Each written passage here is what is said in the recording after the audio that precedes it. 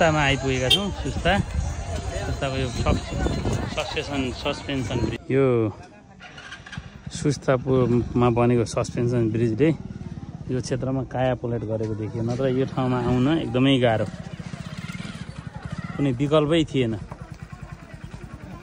किन भन्दा यो नारायणीको क्षेत्र यति धेरै फैलावट छ कि त्यो अरू कुनै पनि विकल्पबाट आउन नसक्ने। डुङ्गा बर्खामा त त्यो सोच्न पनि नसक्ने स्थिति रहेछ। नेपाल इभन विद्युतसम्म यसरी चाहिँ पुलको साइडबाट ल्याएर यसरी चाहिँ राष्ट्रपति रामवरणज्यूबाट उद्घाटन गरेको रहेछ। एकदमै धेरै यो सुस्ता गाउँ हुने कुनै विकल्प नभएको यो पुलले नै 1571 मिटर लामो सस्पेन्सन ब्रिज, सायद नेपालको सबैभन्दा लामो होला यो ब्रिज। कति लामो भन्ने यसको लेखाजोखै छैन, धेरै नै लामो। यो क्षेत्रका बाइकहरू चाहिँ यो बाटोबाट ल्याउने गरेको देखियो। मानिसहरूलाई नेपाल र को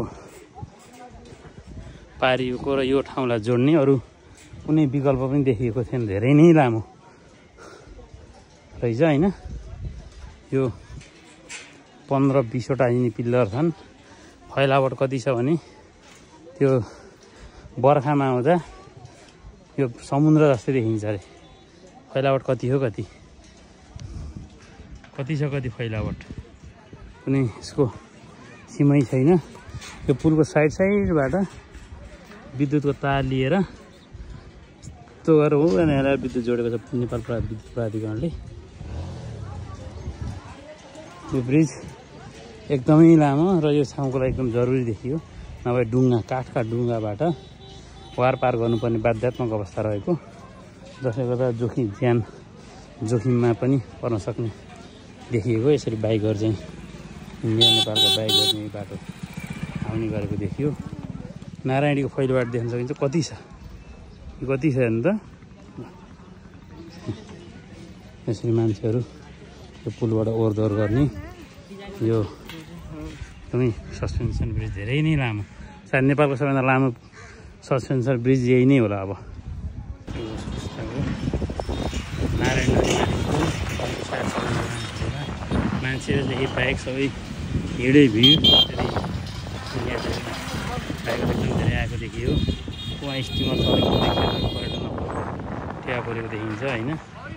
नेपालको चाहिँ सबैभन्दा सायद सम्भवतः नेपालको सबैभन्दा लामो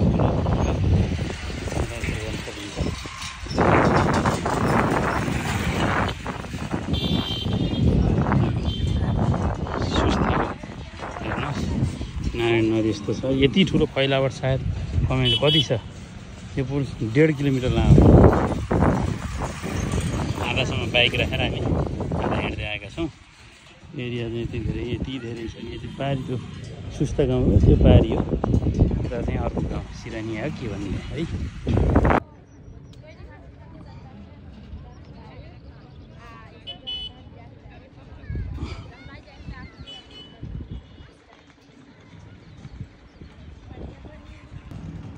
सुस्ताको क्षेत्र फैलावट, नारायण नदीको फैलावट कति हो, कति यहाँ 1.5 किलोमिटर होला। यो सुस्ताको सस्पेन्सन ब्रिज एकदमै फैलावट, कति धेरै फैलावट नदी। आमा बिचमा छौँ। यता पनि उस्तै छ।